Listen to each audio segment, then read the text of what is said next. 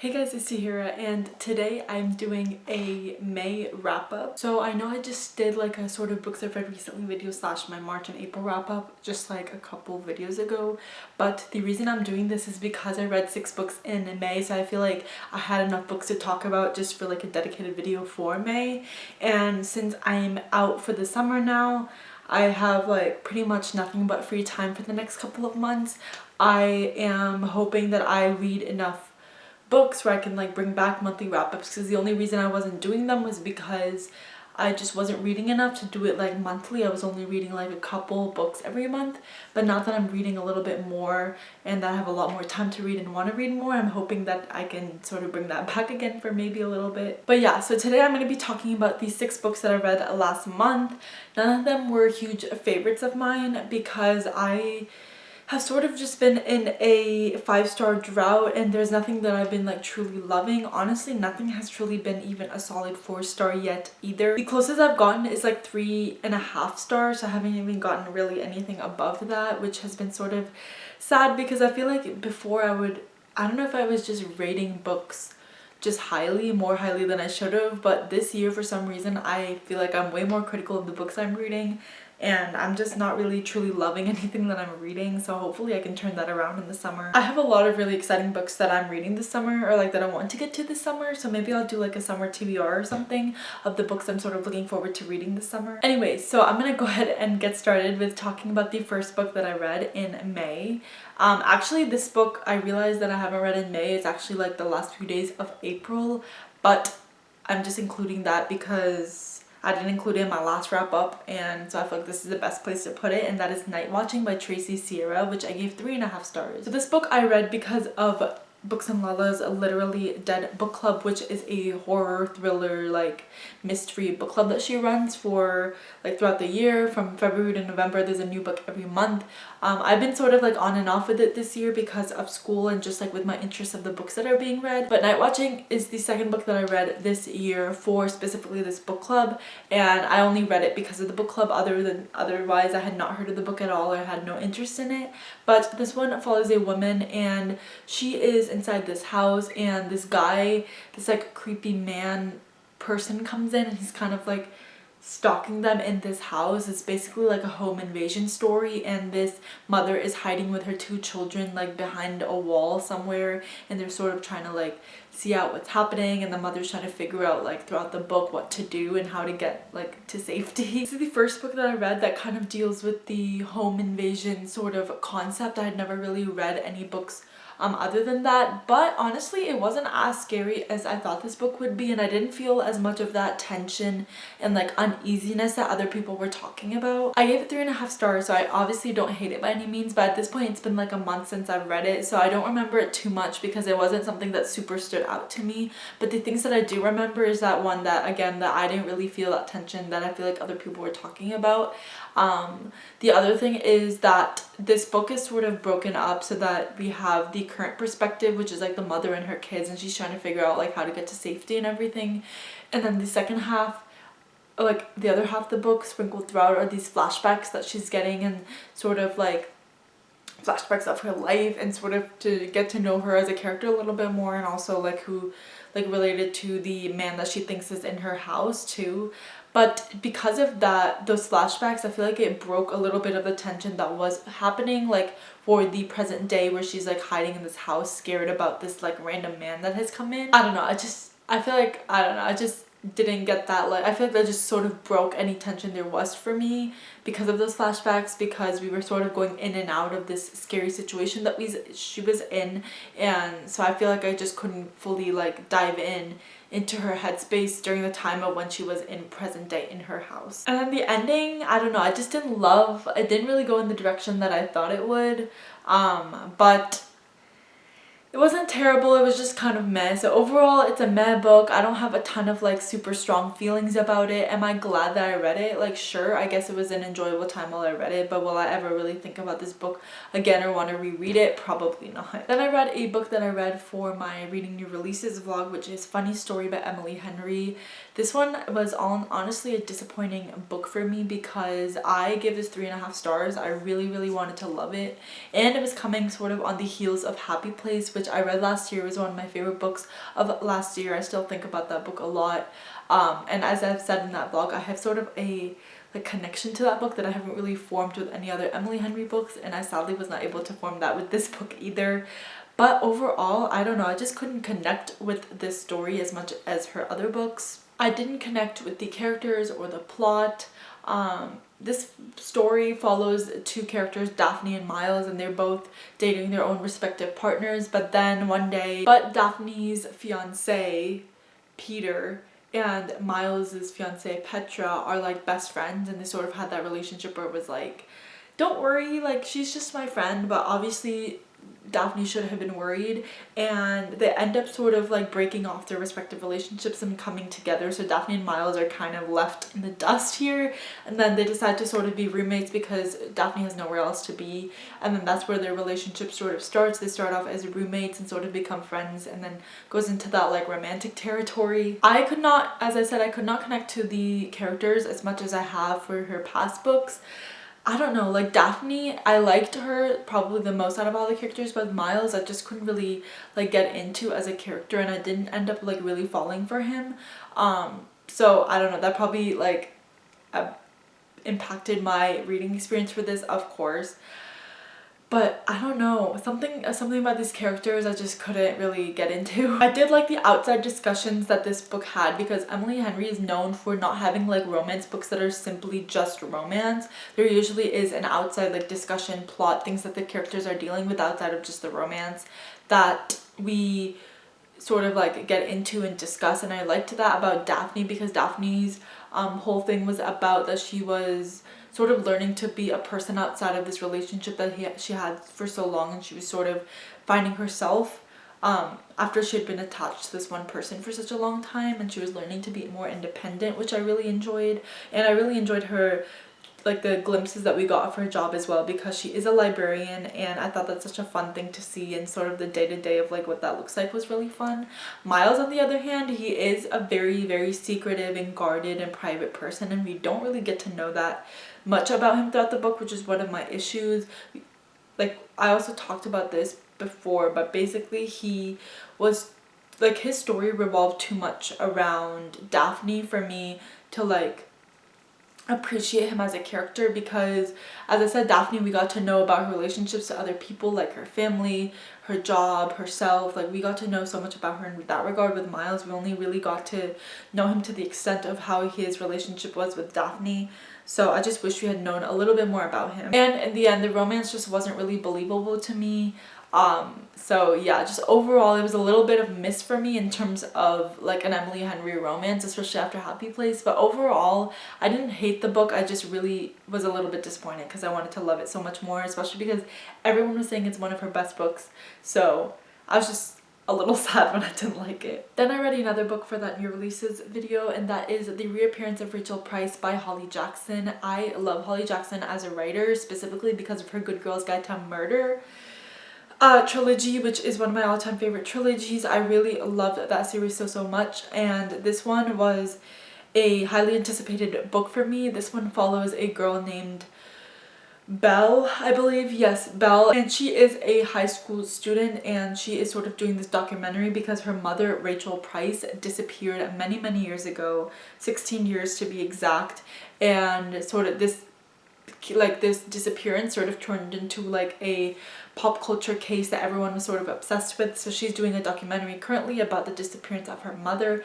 But then during the filming of her documentary, her mother comes back, she reappears, and basically the story is about how like what it's like when she reappears, because Belle, once she reappears, Belle is super suspicious of like the mother, and she doesn't really believe everything that she's saying, so she sort of takes it upon herself to figure out what's really going on and where her mother was all these years.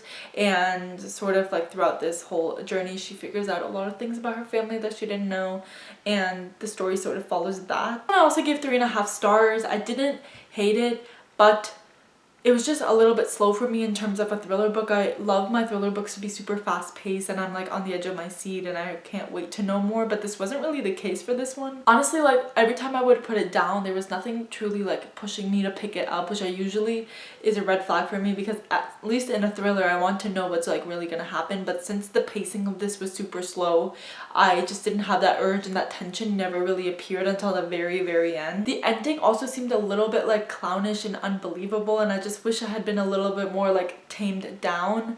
But overall, I guess it was an engaging story. I don't really have that much to say about it. I just wish it was a little bit faster, and I think that because the Good Girls Out to Murder series is so like fast paced, and that's what I love about it, I think it's gonna be really hard to top something like that. But I just hope that Holly Jackson will continue to write like more faster paced books. But overall, I think it was an engaging like concept and plot.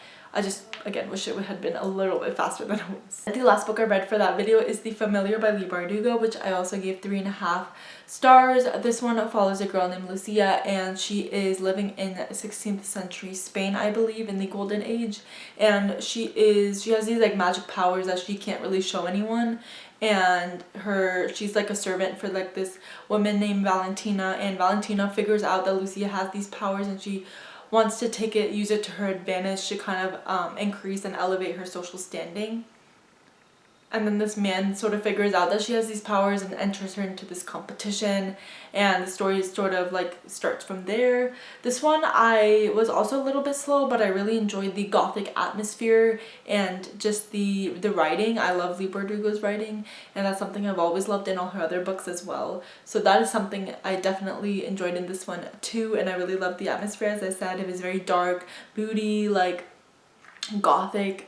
It's just, again, this one also was the case of where I had wished it was a little bit faster and the pacing was a little bit balanced out, rather than not much happening and then everything happening all at once at the end. But overall, the writing, characters, atmosphere, everything was super solid, and I know this is a standalone, but if Leigh Bardugo writes anything like in this vein in the future, I will definitely read it. Then I got in a 10.5-hour plane ride, and I wanted to read something quick and fast paced, so I ended up reading a thriller, and that is Ward D by Frida McFadden. This one follows this girl. Her name is here because I'm forgetting her name, as I always do about books, but this one follows a medical student. Oh wait, no, her name is Amy. Is her name Amy? Yes, I think her name is Amy. So she is a medical student. She is doing rotations for different medical specialties, because she's trying to figure out and get exposure to different specialties. So her time right now is in the psychiatric specialty, and specifically in this book she got assigned to do an overnight shift at this ward called Ward D, which is where all the inpatient super, I guess, more dangerous people are. That Ward D is always locked, no one's allowed in, no one's allowed out, except for everyone who's authorized. So it's a very protected place, and she goes there, and it's basically her night shift. The book takes place over her night shift, as she is sort of dealing with and learning more about these patients and sort of dealing with whatever's happening inside there. This one I gave 3 stars. One thing that I noticed with this book is that Frida McFadden's writing is super simple, and I feel like it's a little bit cringy at times because of that. I don't know, it just feels like just a little bit too simple. If you told me this book is for adults, I wouldn't really believe you. It felt like more of a, other than the plot and stuff, the writing felt a little bit more leveled down, I would say. So that is one of the biggest reasons I gave it 3 stars, because of the writing. But I will say that Frida McFadden is definitely an author that I will continue reading because of her writing, because it's so easy to read. And if I ever need a quick engaging thriller, I feel like I can always pick up one of her books. So yeah, this story was also engaging. I feel like it was a little bit slow at times in the middle. It did pick up towards the end, obviously, and I will say the ending and the twist and everything sort of did gag me, because I was not expecting that at all.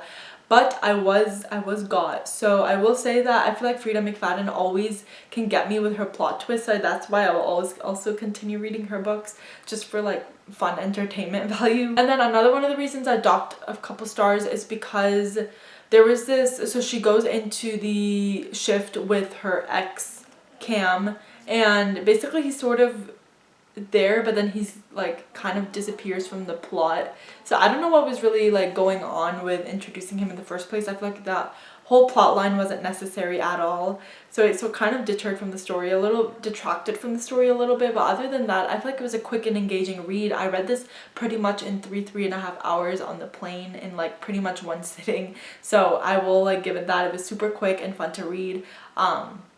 Just like not my favorite book ever and not like the best written book ever, but it was like a fun ride. Then the last book that I'm going to be talking about that I read in May is Flawless by Elsie Silver, which is book 1 in the Chestnut Spring series. So the Chestnut Spring series is a series I've heard so much about because on the internet I feel like this is one of the like most prominent like romance series that I've seen from everywhere, like all the popular book talk books and the booktube like recommendations these days. I've been seeing this series on there, so it had always intrigued me, and it was on my Kindle TBR as well, like in my video. So I was really excited to read this because of all the hype that it had. This one follows a girl named Summer, and she works for her dad, who is like a PR guy, I guess, and he is handling one of his clients is Rhett, who is a bull rider, and he made a mistake somewhere and he lost like some sponsors. So Summer is sent by her dad to sort of babysit him and make sure that he's in line and doesn't do anything stupid. So she goes with him to his ranch and sort of lives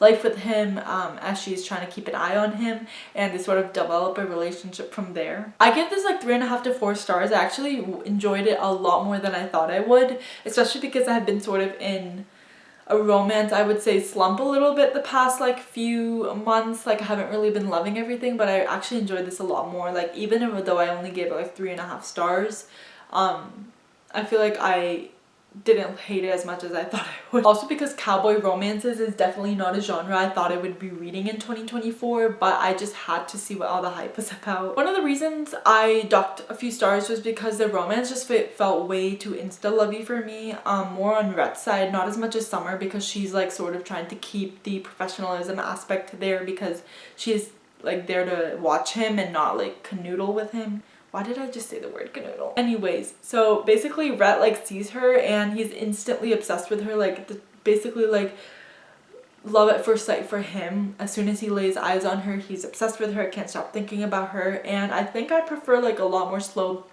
not super slow burn, but a little bit more than just like obsession from first sight. And I wish I had let the relationship simmer a little bit before like starting anything like that. But yeah, I just thought it was a little bit too insta-lovey in that regard. And I didn't always love the way that Rhett acted and talked sometimes. That was a little bit cringy and sort of detracted from my like enjoyment in the book as I was reading it. But overall, I think it was a really solid read. I will definitely continue on with the Chestnut Spring series. I know the second book follows Rhett, who's the main character of this one, his brother Cade. So I'm super interested to see what that's like and sort of read on and the other like people in the family and sort of their stories. I've heard a lot about Elsie Silver's books, so I think that they will probably keep getting better from here on out. But I will say the first book is super solid and I enjoyed my time reading it. But yeah, those are all the books that I read in May. I read 6 books, which usually I feel like I don't read that much, and I don't know how I read that much because I was on a trip for like 2 weeks. And before that I was graduating and finishing up college, so I don't really know where I read all these books, but I did read some books and I have talked about them today. Anyways, that is it. Let me know down below if you read any of these books, as of course I would love to know.